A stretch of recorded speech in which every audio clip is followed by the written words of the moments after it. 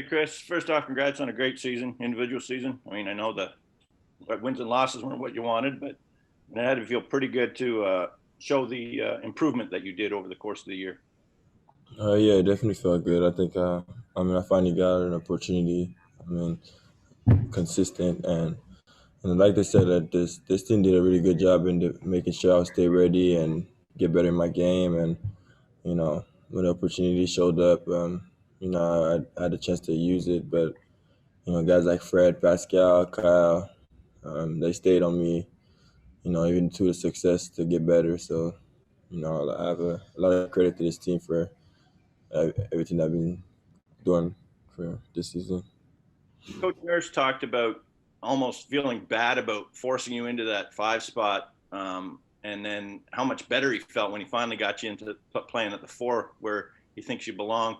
How much more comfortable is it for you at the four as opposed to the five?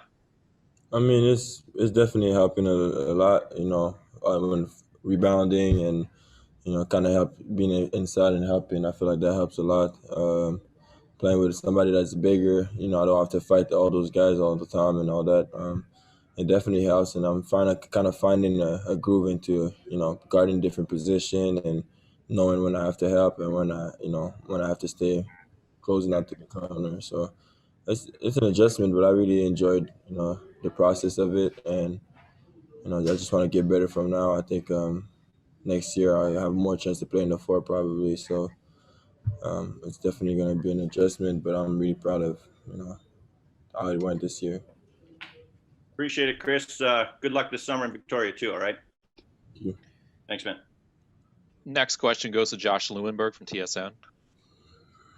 Hey, Chris, how you doing? I'm good. And you? Good, man. Well, this is obviously an important off season for you. Does it almost make it easier that you've had this opportunity this year to play as much as you have in this kind of specific role, and that you have an idea, maybe more so in the past, of like very specific areas of your game that you can work on rather than just kind of expanding everything like you have in the past? Yeah, I mean, I'm definitely going into the summer with a game plan a lot better than the other years. Playing at a different position. There's a lot of stuff that I could get better. And I have plenty of clips now to watch. But I also just want to be able to, like I said, become a better patient player. My IQ needs to get better. Playing at the four now, there's a lot of stuff that you don't do as a five man, and I need to get better at those. But like I said, I have a lot of clips to look at, so I'll definitely get better at it. But we definitely got a game plan now, and we're gonna go into the summer attacking it. When you talk about IQ, like improving, expanding the basketball IQ, how do you do that? Is that, you mentioned watching film? What specifically do you look for? Are you watching yourself? Or are you watching other players? Is that something that you can work on the court in the summer? What goes into that process? I mean, there's definitely a lot of court for sure. But I also feel like, watching Pascal OG playing those positions definitely going to help me out too. You know, Sometimes you drive and two guys are there that pass to the corner and all those stuff. Those are the little stuff that I have to read. And, playing with a five now, I got to realize that when I drive, the five's in the dunker. So I got to be able to find him. And there's a lot of different stuff like that. And when I play on defenses, it's just the fact that sometimes, you're so used to being a shot blocker. When you see somebody drive, you want to go. But if you're a corner man, it's not your help. So it's a lot of different things like that. But like I said, I have so many clips to watch. I've tried to do it during the season, but during the off season, I'm gonna have a lot of time to do that. And like I said, it helped me out before, and it's still gonna help me for next year. Great. Thanks, Chris. Enjoy the summer and best of luck during the off season. Thank you. Next question goes to Michael Grange from Sportsnet. Hey, Chris. When you look at your season, I mean, you had several blocks of 6-8 games where you're incredible. Like, I mean, your numbers were amazing. Didn't matter what role you were in. And then you would have like 6 or 8 game blocks where you were kind of so-so and the numbers weren't quite there and all of that. What did you learn about what's different between those games where those stretches of games where you're dominant, and then some other stretches where you struggle a little bit more? And what can you learn about making those, some of the, making the good game, the good stretches longer, and the weaker stretches shorter, I guess. Well, I mean, I think it comes with film. For example, team adjusts. It's the NBA, so team adjusts to, let's say I had a game with 30.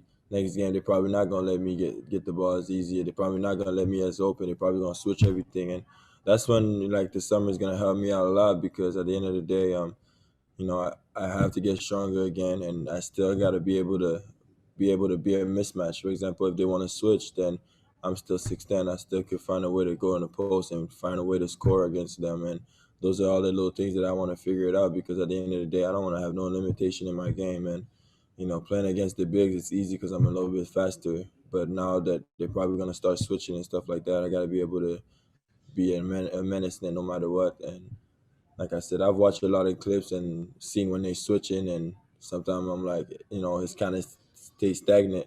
So I think that's when it comes to a point where like I gotta watch a lot of OG clips, basketball clip, what they do when they switch on them, and how did they score, how they find their ways to still be a threat on the court. Thank you. That's a good answer. I'm just asking your relationship with Kyle. I mean, you've played with him now 3 years, I suppose. And how has it changed from you being kind of a 905 two-way player to now being part of the rotation, starting often? And what's he been like to work with in those different capacities? I mean, OG, Kyle is the ultimate leader. Like I said, he showed us so much. Especially me, I came my first year. I wasn't even talking to him as much since I was in the 905 and all that. And it's just like the way that he kind of bring the dog out of anybody. I bring that up all the time. The Mavericks game, I feel like we had no part of winning this game, and Kyle kind of showed, brought us there. He was really intense, and that kind of gave me the energy. And I feel like it does that to everybody. And so many games this year, you could see that it felt like, if it wasn't because of him, we wouldn't be here. So, like I said, I have a lot of praise for Kyle. I think he made me a better player, made me understand the game. And like I said, he was hard on me a lot of times too, and that helped me out. Just kind of realizing, okay, you gotta do better, and he did that for everybody. And if you see how we play, if you see the young guys on this team, they all kind of, looking out for what he has to say for us because we know that he's been there for a long time and he's just there to get us better. Thank you, Chris. Have a great summer, man. Take care.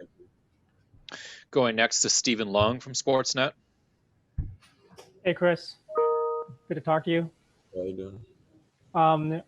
This has been a weird season for everyone on your team, but I was just wondering, what was the most challenging aspect of the season for you personally? I mean, for me, it's just like I said, my family lives in Montreal, so pandemic was really bad over there, COVID and all that. So I didn't see my family in almost 2 years. Like I've seen her one time, and what I'm saying, I've been away for bubble, then I came back, and then pandemic again. Then I had to leave to Florida. So like I said, not seeing my family for a whole year has been a struggle, for example. And I mean, we all have our own struggle, but I feel like this is one thing that affects me a little bit more than this season. It's just not having my mom, my sister, my brother around. It definitely takes a toll long term. That support group that you mentioned, how important is that for you personally, and I guess to help you both on the court and off it? I mean, it's the ups and downs. Like when you're really up, you want to have your mom and be like, "Mom, I'm happy," and all that. And when you're down, that's when you want your mom around. You want your family around, and like I said, coming off the bubble, you felt like you were gonna have a lot more family time and all that. But then after that, you realize, oh, we're going away. So there's a lot of stuff that changed. I was planning on seeing my grandparents, and there's a lot of stuff that, like I said, I didn't get the chance to do because we moved out, and then pandemic happened, and all those protocols and all that. It made it really hard for me to see anybody from my family. So, I mean, it was a sacrifice. It's part of my job. I know a lot of people going through a lot worse. So, I mean, if you ask me what it was hard for, I'd say that, but we made it through. Well, I hope you get to see your family during the summer. Enjoy your off season, Chris. Going to move now to French questions. First one goes to Raphael from Radio Canada.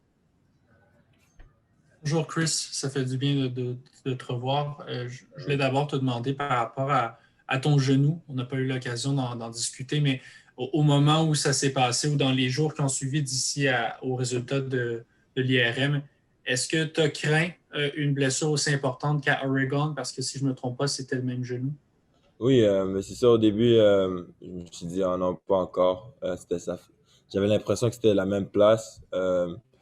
Puis, comme j'ai dit, je pouvais pas marcher pendant une seconde. Alors, j'étais comme, oh non, il me semble que j'ai déjà été dans cette situation-là avant. Alors, j'ai vraiment eu peur. Mais quand je me suis relevé, puis je suis arrivé derrière, la douleur venait de quelque part d'autre. Alors, c'est là que j'étais un peu plus content parce que je me suis dit, OK, c'est pas mon ICA. Puis, le lendemain, quand j'étais mon X-ray, je me sentais un peu mieux, mais ça faisait, comme j'ai dit, c'était toujours un MCL. Alors, comme j'ai dit, j'étais content que c'était pas moins ICL. Puis ils m'ont dit que ça va prendre au moins 2 à 4 semaines. Puis mon genou a bien réagi. J'avais pas d'enflure et tout. Alors, mais c'est sûr, les premières secondes, c'était vraiment. J'avais une crainte. Est-ce que tu es venu jouer contre les Clippers parce que tu voulais le tester avant Victoria cet été? Est-ce que c'était une façon simplement de le mettre à l'épreuve? Ouais, ben je voulais voir si où est-ce que j'étais après tous les rehabs et tout. Je voulais voir où est-ce que c'était. Puis comme j'ai dit, je pense que j'ai besoin de faire beaucoup de rehab et tout cet été parce que comme j'ai dit, même si je me sens bien maintenant, on ne sait pas qu'est-ce que ça va faire à la longue. Alors, je pense que je vais faire beaucoup de rehab. Ça ne me tente pas de revenir l'année prochaine puis jouer sur un genou qui est à 80% à la place de 100%. Et dernièrement, rapidement, juste te faire répéter un peu en français la réponse que tu as donnée à Steven par rapport au défi de cette saison-là. Tu disais que pour toi, le plus difficile, en fait, ça a été d'être éloigné de tes proches là, dans les moments difficiles.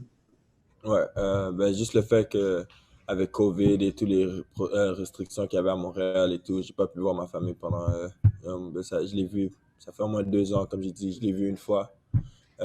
Puis c'est beaucoup demandant quand tu peux pas, il n'y a pas vraiment de moyens pour les amener. Comme j'ai dit, je voulais amener ma mère ici, mais on est en Floride, le COVID, c'est pas vraiment, comme j'ai dit, le monde prend pas vraiment de masque et tout. Alors, je voulais pas prendre cette chance-là. Puis aussi le fait que le quarantine et tout ça, il y avait comme j'ai dit, beaucoup de restrictions qui fait que je pouvais pas voir ma famille. Puis je venais juste sortir du bubble, puis on savait pas si j'allais revenir à Tampa et tout. Alors, comme j'ai dit, je pense qu'à ce point-là, c'était vraiment ça qui était vraiment dur, de ne pas avoir ma famille autour de moi. I'm going to do 2 more questions, Chris. If you guys could keep it to a single question, please. We'll start with Mike from l'Express.ca.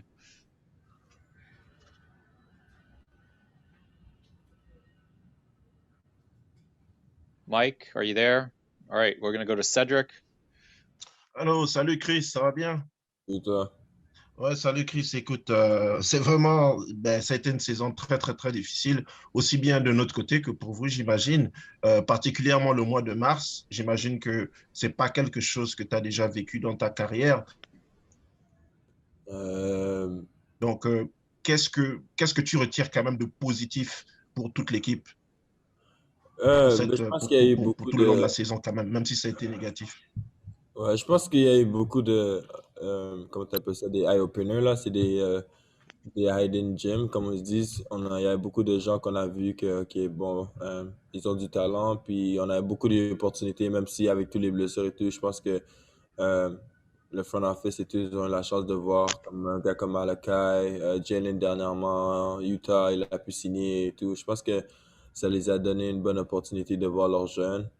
Moi, ça m'a donné l'opportunité d'améliorer ma game et de voir qu'est-ce que je peux faire mieux et tout. Alors, je pense que c'est plus un côté développement. Je pense que si il y a quelque chose de positif qu'on doit penser à, c'est au développement de, les plus jeunes et tout. Et puis, comme j'ai dit, là, maintenant, l'année prochaine, ils ont la chance de pouvoir revenir l'année prochaine et build autour de ça. Et je pense que on va être bien, on va être bon l'année prochaine. Comme j'ai dit, cette année, il y avait beaucoup de choses qui a contredit la saison, mais on va revenir l'année prochaine en force. Bonnes vacances. Final question is going to go to Mike from l'Express.ca. Salut Chris, est-ce que tu m'entends cette fois-ci? Parfait. Je voulais juste commencer par te remercier beaucoup pour ta disponibilité cette année. C'était c'était vraiment cool de t'avoir toute la saison en français. Et ma question, c'était un peu comme Cédric, je voulais revenir sur cet épisode de Covid. En fait, vous aviez bien commencé mal démarré la saison, mais vous vous étiez repris, vous étiez revenu 4e. Et c'est là que la Covid a touché l'effectif. Est-ce que pour toi, c'est vraiment le tournant de la saison? Est-ce que c'est à ce moment-là que la saison vous a échappé? Oui, ben, c'est sûr, je dirais que c'est là qu'on a perdu la chance, ben, le fil qu'on avait. Je pense qu'on était vraiment en montée spéciale, puis on voulait vraiment, on commençait à se retrouver, puis là, après perdre tous ces, Pascal, Fred, OG, tout ça, du COVID, ça a définitivement pas aidé. Mais comme j'ai dit, on a eu nos chances, mais on a eu beaucoup d'obstacles, comme j'ai dit, les blessures, COVID, comme j'ai dit, le schedule était aussi un peu plus dur. Je pense que, comme je dis, on a beaucoup de choses qui n'étaient pas en notre faveur. Si on peut trouver le positif de cette saison, c'est peut-être l'amélioration de certains gars et tout, mais je pense que en général, COVID a définitivement affecté notre saison.